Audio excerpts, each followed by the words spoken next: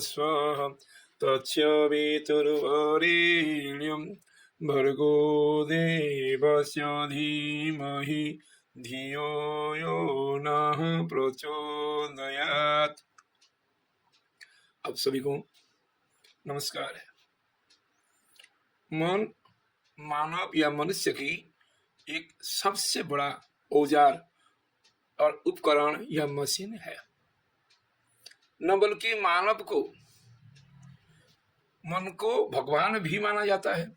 जैसे गीताकार ने स्वयं स्वीकार किए हैं, इंद्रियाणि मनश्चापि, इंद्रियों में अगर एकादश इंद्रियां हैं उसमें मन आ जाता है, वही मन भगवान है। इंद्रियाणि मनश्चापि।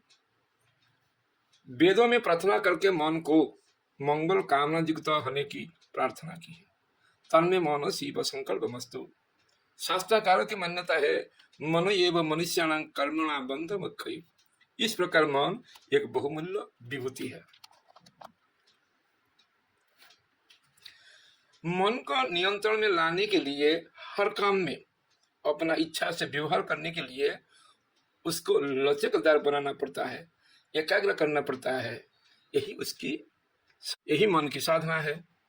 महर्षि पतंजलि ने जो कि 8 प्रकार की 8 विधा बताई है, उस 8 प्रकार में 4 बहिरंग योग और 4 अंतरंग योग है।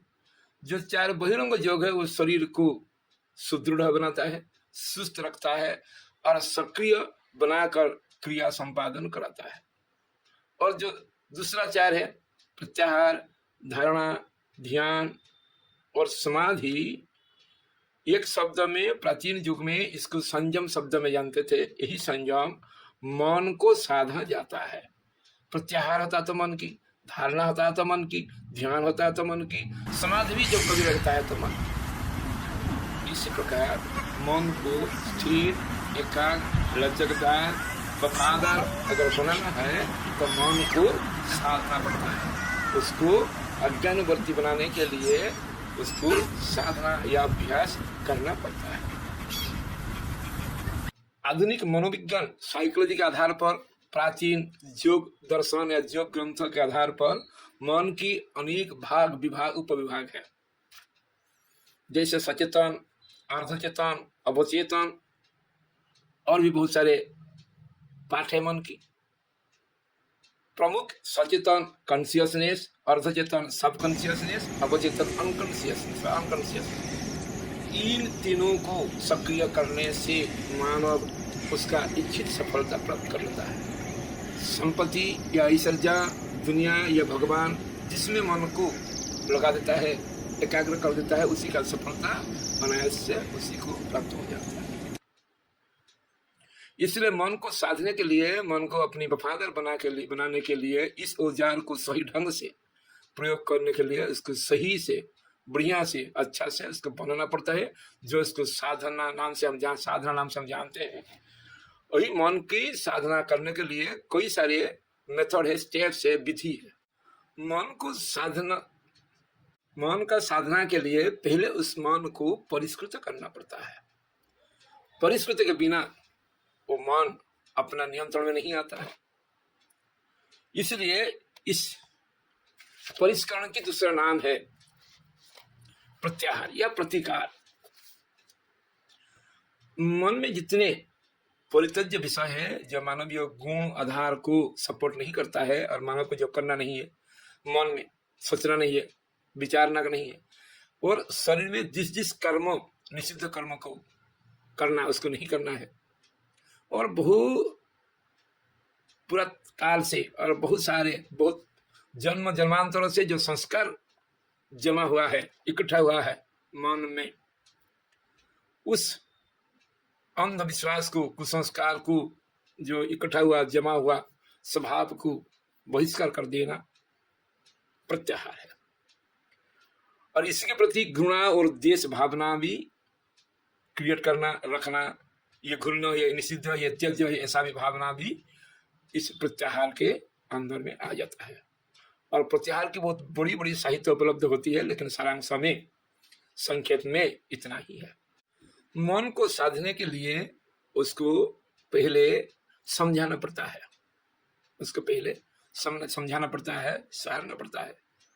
और इसी की 4 स्टेप है, 4 उपाय हैं। ये 4 उपाय ऐसा है, एक भजन है, दूसरा चिंतन है, तीसरा मनन है और चौथा समापन है। और एक एक की हम लोग विश्लेषण करिए, वर्णना करिए तो ऐसा है। भजन क्या है?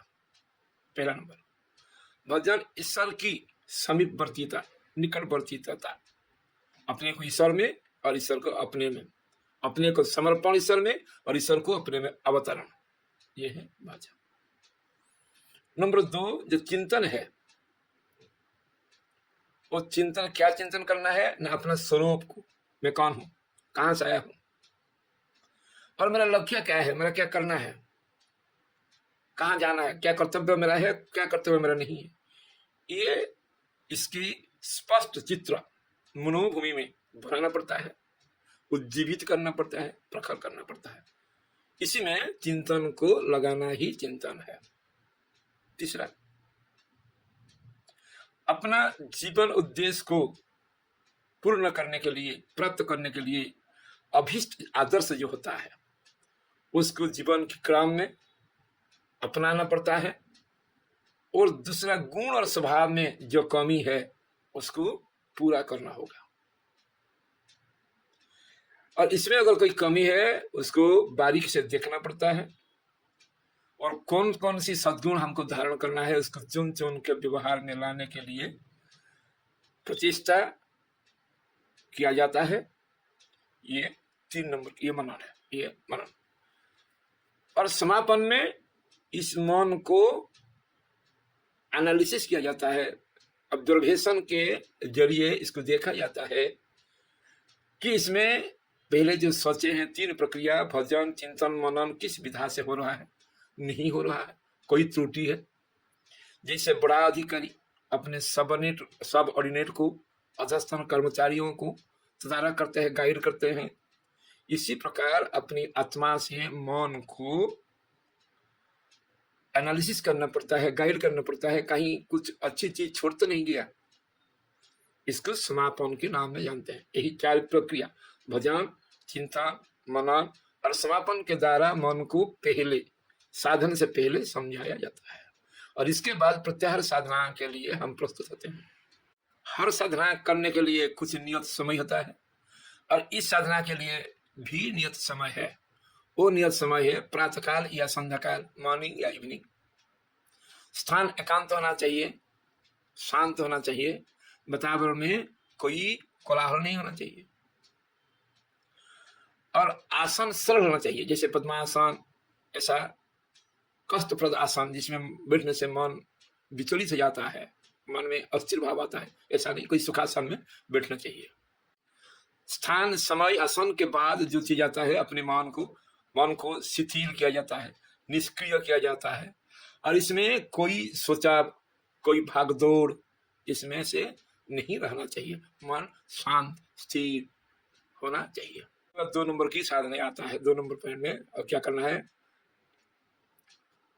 हमको सोचना पड़ता है, जब शरीर मन स्थिर हो गया तो हमको सोचना पड़ता है, नील आकाश में अकेला में, आकाश नीले हैं, इस आकाश के बीच में, इस आकाश के बीचों बीच मैं बैठा हूं, अकेला बैठा हूं। इस नीले आकाश में मैं अकेला ही बैठा हूं। यह ध्यान जब ठीक तरह जमने लगे इस अकेलापन, तब अपनी आत्मा में से एक तेज पुंज निकालिए, भाविए, सोचिए, देखिए, वो निकल करके अपने चारों ओर घेरे की तरह राउंड होके फैल जाता है। ऐसा अनुभव कीजिए, अनुभव कीजिए, अनुभव कीजिए। अपने आत्मस्थान से एक तेज पुंज निकलकर अपने चारों ओर घेरे की तरह फैल जाता है। ऐसा अनुभव कीजिए। और ये एक चक्रव्यूह, एक घेरा, एक बाड़ा बना रहा है जिसमें सूर्य के समान तेज है, सूर्य के समान तेज है और वही तेज हमारी चारों ओर दीवार की तरह और राउंड है फैला हुआ है चारों ओर। और उसी का अंदर में, इस दीवार के अंदर में, ये आत्मशक्ति से निर्मित चमकदार सुदृढ़ दीवार के अंदर आप अकेला बैठा है। ये दुर्ग है। इस दुर्ग के अंदर में सब प्रकार सुरक्षित करके बैठा है आप, मैं बैठा हूं। अगर मैं सोचता हूं इस दुर्ग के अंदर मैं सब प्रकार से सुरक्षित बैठा हुआ हूं।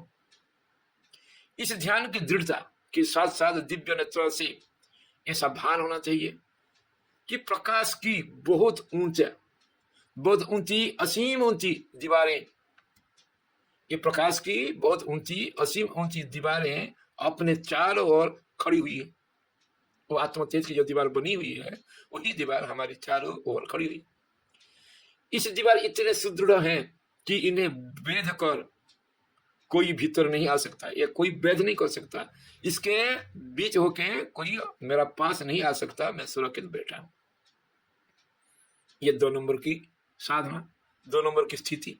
जब ये सेकंड स्थिति 2 नंबर वाला स्थिति दृढ़ हो जाए, 3 नंबर वाला साधना आप शुरू कीजिए। अभी मन को देखिए, मन में जो विचार, जो संस्कार, जो विश्वास हमने और अपने त्याज्य ठहर रखे हैं, जो मानवीय मर्यादा के लायक नहीं है, उन्हें उस अग्नि सी जाजल्यमान दीवार से बाहर खड़ा हुआ देखिए। जिस दीवार के अंदर हम बैठे हैं, अब बैठे हैं, उसी दीवार के बाहर में जो कुविचार, कुसंस्कार, अंधविश्वास ये चारों तरफ खड़े हुए हैं। इस दीवार को भेद करने के लिए तैयार कर रहे हैं, योजनाएं बना रहे हैं, प्रचेष्टाएं करते हैं आपके पास पहुंचने के लिए। ये दुष्ट पहुंचने के लिए बहुत प्रकार से चेष्टा करने पर भी सफल नहीं होते।